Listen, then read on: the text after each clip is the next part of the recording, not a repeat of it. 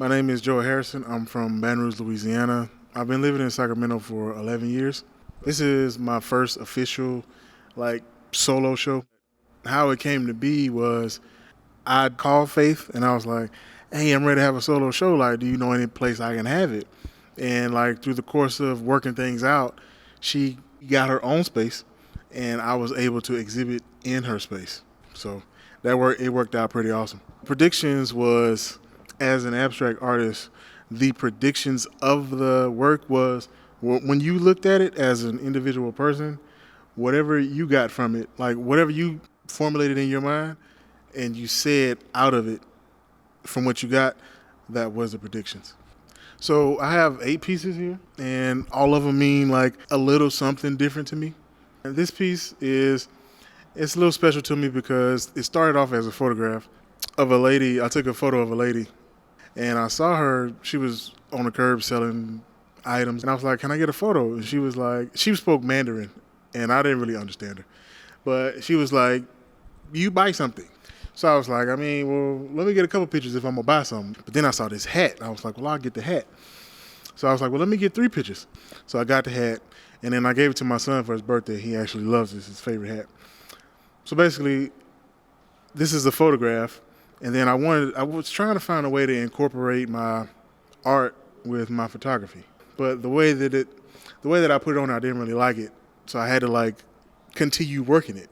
So I was like, all right, so I put the paper on top, and then, one night I had a few drinks.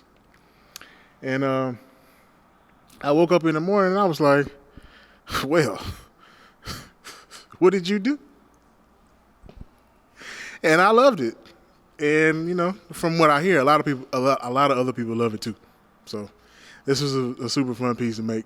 And the name of the piece is Between Blinks, because you think about Blink's 2 eyes and I'm covering up one of her eyes. And then the one eye that you see is not even in focus.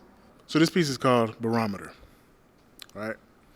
So basically, this piece, it was done 10 times, finished. This is going, everybody's gonna love it. And I didn't love it. I didn't like it. I was like, whatever. I'm not gonna put it on there.